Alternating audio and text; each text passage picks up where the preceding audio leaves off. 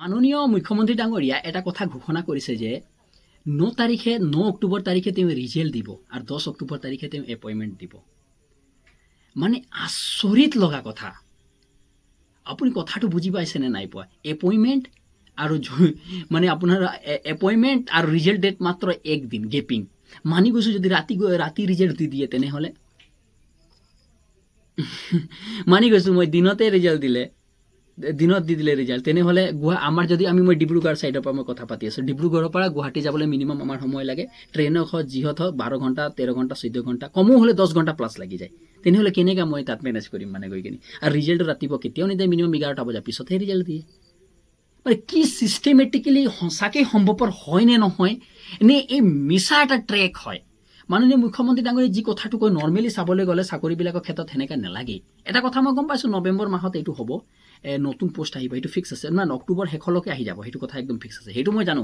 কেলৈ ইলেকশ্যন আছে আৰু জইনিং 10 তাৰিখে হ'ব সেই কথাটোও ফিক্স আছে, কিন্তু ৰিজাল্টৰ কথাটো মোক লগা নাই। সেইকাৰণে মই আশা কৰোঁ যে ৰিজাল্টটো দিয়াৰ সম্ভাৱনাটো যথেষ্ট পৰিমাণে মই ছেপ্টেম্বৰ শেষলৈকে ভাবিছোঁ বা অক্টোবৰৰ প্ৰথম উইকতে দি দিব। 2-3 দিনৰ আগতে ৰিজাল্টবিলাক ক্লিয়াৰ কৰিব। এইটো মোৰ হিচাপতে কেলৈ ভেৰিফিকেশ্যনটোতো লাগে ন, এটা ভেৰিফিকেশ্যনটো হয় নহয়, ভেৰিফিকেশ্যন নোহোৱাকৈ কেনেকৈ হ'ব জইনিং আকৌ?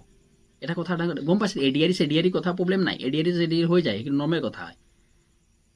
কিন্তু আছাম পুলিচৰ ভেৰিফিকেশ্যন লাগিব নাই, কেৰেক্টাৰ পুলিচ থানাত ভেৰিফিকেশ্যন কি বহুত লাগে নহয়, বহুত ডাঙৰ প্ৰচেছটো এটা থাকে নহয়, সেইটো কেনেকৈ হ'ব মই আচৰিত ধৰণে পাইছোঁ। কিন্তু মোক সম্ভৱপৰ লগা নাই, কিন্তু চৰকাৰৰ কথা ক'ব নোৱাৰোঁ।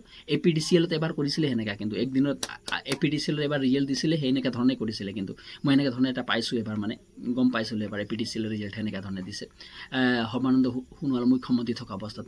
সেইকাৰণে হ'ব পাৰে কিবা এটা প্ৰচেছ কৰিব পাৰে, আৰু মোৰ হিচাপত লাগিছে ছেপ্টেম্বৰ মাহৰ শেষৰ পিনে নহয় অক্টোবৰ ফাৰ্ষ্ট উইকত ৰিজাল্ট দিয়া সম্ভাৱনাটো যথেষ্ট পৰিমাণে আছে। তেতিয়ালৈ ধন্যবাদ। ভিডিঅ'টো যদি ভাল লাগিলে চেনেলটো ছাবস্ক্ৰাইব কৰিব নাপাহৰিব আৰু অন্য গ্ৰুপলৈ শ্বেয়াৰ কৰিব নাপাহৰিব।